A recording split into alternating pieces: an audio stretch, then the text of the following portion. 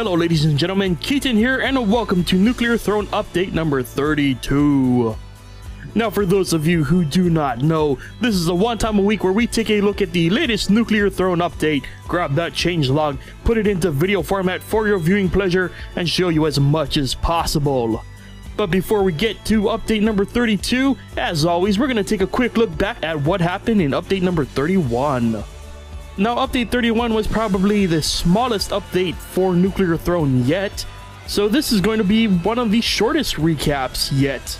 The new features introduced in update number 31 was the ability to toggle the gamepad with the G key on your keyboard. And that was it. Of course, there were some bug fixes and changes to some of the sprites and whatnot, but for the most part, that was update number 31. So, with update number 31 out of the way, let's head on into update number 32, shall we? Because it's explosive! I was tempted to call this the Michael Bay update because it is really all about the explosions this week.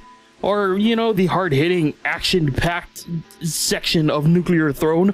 Anyway, new updates this week. Let's get the most obvious out of the way, explosions. So the whole treatment of explosions has been updated this week, including the addition of tiny explosions to much larger explosions. So for example, let's say Big Dog explodes or you shoot it with a rocket launcher. Not only will you get that nice puff of giant explosive beauty, you shall not get smaller, bite-sized-ish explosions to go along with it.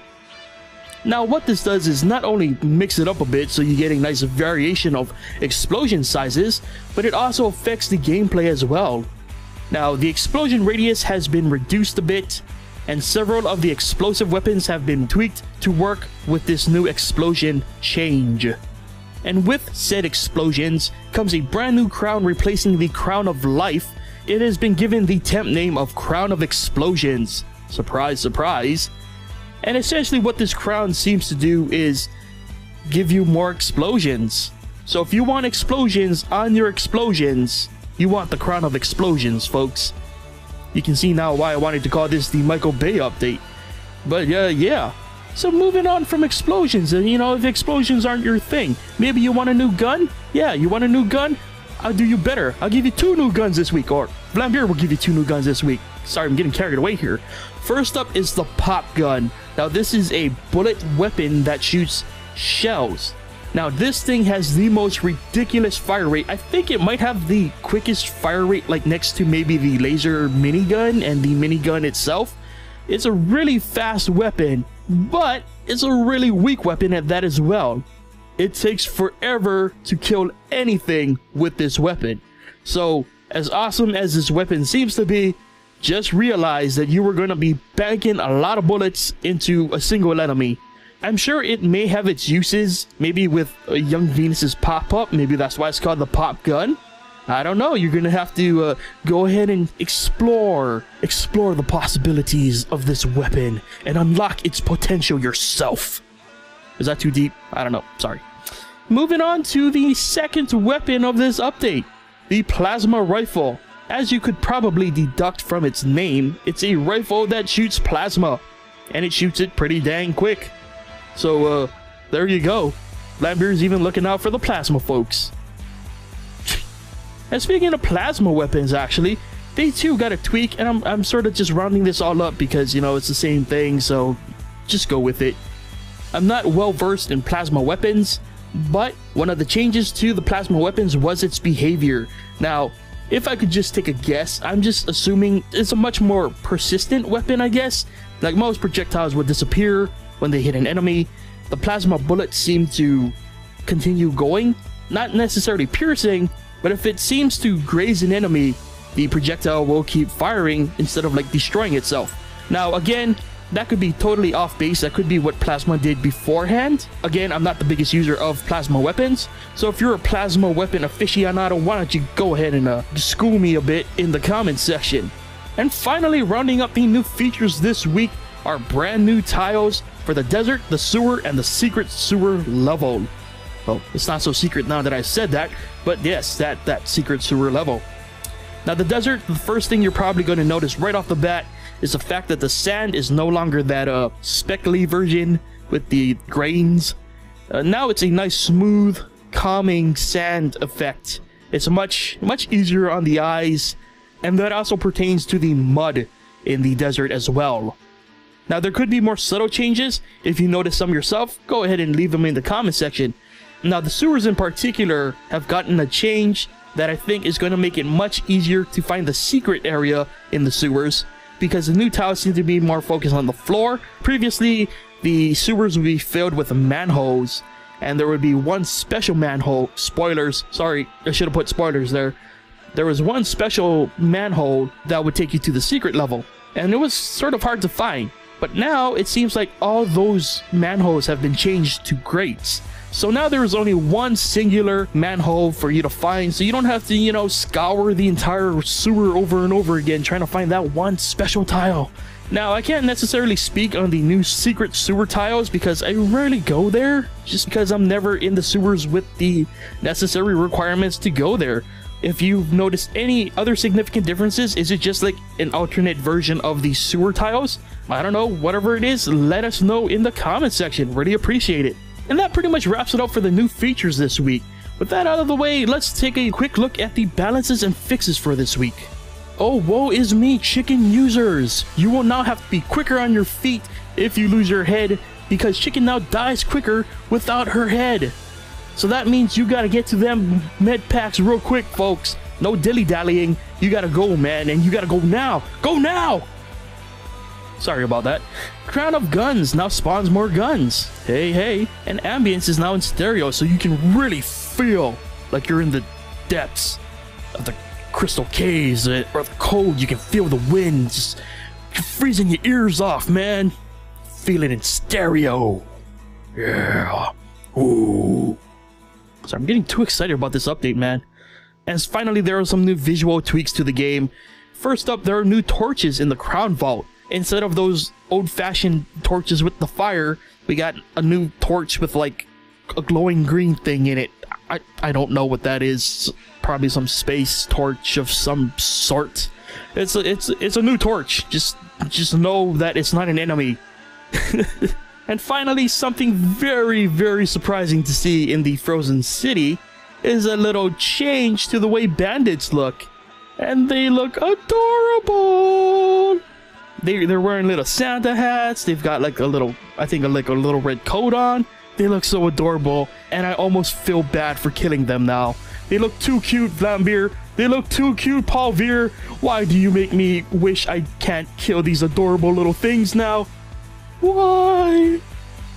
But my remorse for killing adorable little bandits aside, that pretty much does it for the changes and fixes this week. Now moving on to the final segment of the week. I'm going to have to find a new name for this because, unfortunately, long story short, I cannot do community the way I wanted to. I would like to, but there are some things I hadn't really considered until I did the first community segment, and it's unfortunate the way that certain things work. So I'm still going to talk about community, I'm just not going to show it. So unfortunately, I can't preview anything anymore, but I will have links to everything that I talk about in the community segments in the description below. And before anyone loses their mind, nothing happened between then and now. It's just things that I forgot because I was way too excited to add a new segment. But with that out of the way, let's take a look at what's new in the community this week. Now first up, we're going to look at the weekly challenges brought to you by good old Solid of the Steam forums. So last week was the one hand challenge where you had to play the game as Fish and you could only move by using Fish's roll. And congratulations to Quingy for winning that one. Hats off to you, sir or madam. You probably really hated yourself for a while there. And of course, Solid comes back with another weekly challenge. This one titled the Perfect JW Challenge, in reference to JW, the developer, you know, the one who's making this game. You know, that guy. Yeah, that guy. Now this one's a little harder to sum up in a single sentence or so. So you should definitely check this one out on the Steam forums yourself for the actual, like, details. But essentially, it's a crystal challenge. So if you're good with crystal, you know, I would point to myself, but I've not really been good at Crystal in a long time. But, you know, for any of you out there who really like to use Crystal, go ahead and check out Solid's new challenge. It's called the Perfect JW Challenge. So, you know, if you think you got the skills to pay the bills, throw down in the JW Challenge. There you go. Now moving on to what the community is making. First up is a comic by Kakujo, and it's about mutations. Now I do believe this is the same comic artist who did a couple of Nuclear Throne comics some time ago, I think including when the IDPD were introduced during leveling. I think that could be the same person. If not, I'm sorry. But anyways, it's still a pretty funny comic, really drawn well. So definitely go and check out Kakujo's comic on mutations. And finally, something that I'm not necessarily familiar with, but it's pretty cool nonetheless, is a B-box rendering of the desert theme in Nuclear Throne. Well, obviously Nuclear Throne. What would be the desert theme in? Shoot, people in the desert game? I don't know. But it's a fan-made music thingy. You should check it out. It's pretty interesting. Again, I don't know much about beatbox. Apparently you can make like chip tunes on this service, so hands off to the person if they like sat there and clicked and I don't know. So thumbs up to you, creator of said tribute. And as always, if you would like to learn more in-depth details, the metadata, damage info, all of that good stuff, you can check it out at the Nuclear Throne wiki. That is run by the fans, for your learning needs. You can throw down some knowledge on your friends. Hey, did you know this about Nuclear Throne? No? Oh, where'd you learn that? Oh, nowhere but the Nuclear Throne wiki. Yeah. And you know what? I'm going to throw in my plugs here as well. Every Thursday, I do a fun Nuclear Throne playthrough. I don't take myself too seriously, so you shouldn't either. And obviously, every week we do the Nuclear Throne updates here on Tengu Drop.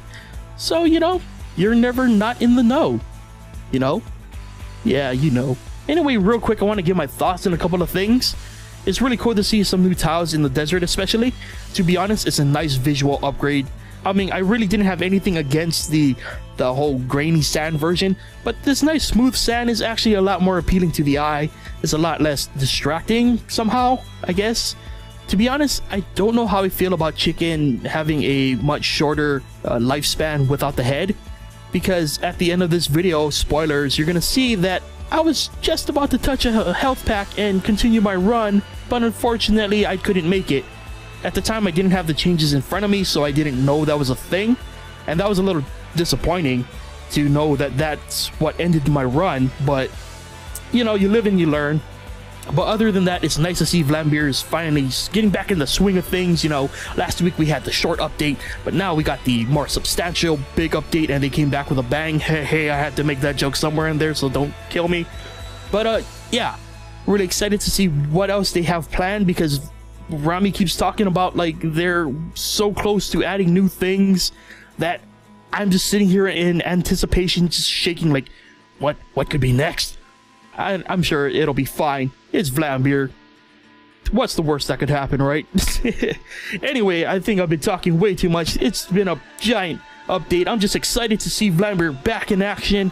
They're off of E3. They should be able to focus much more heavily on the updates again. Fingers crossed that everything goes well for them and we get more cool stuff in the coming weeks. Oh, so much to look forward to, guys. So much to look forward to. Okay, I really need to end this, 'cause I'm gonna burst a blood vessel. Jesus. Anyway, that was update number 32. If you would like to get the game yourself, or if you would like to learn more about it, head over to nuclearthrone.com.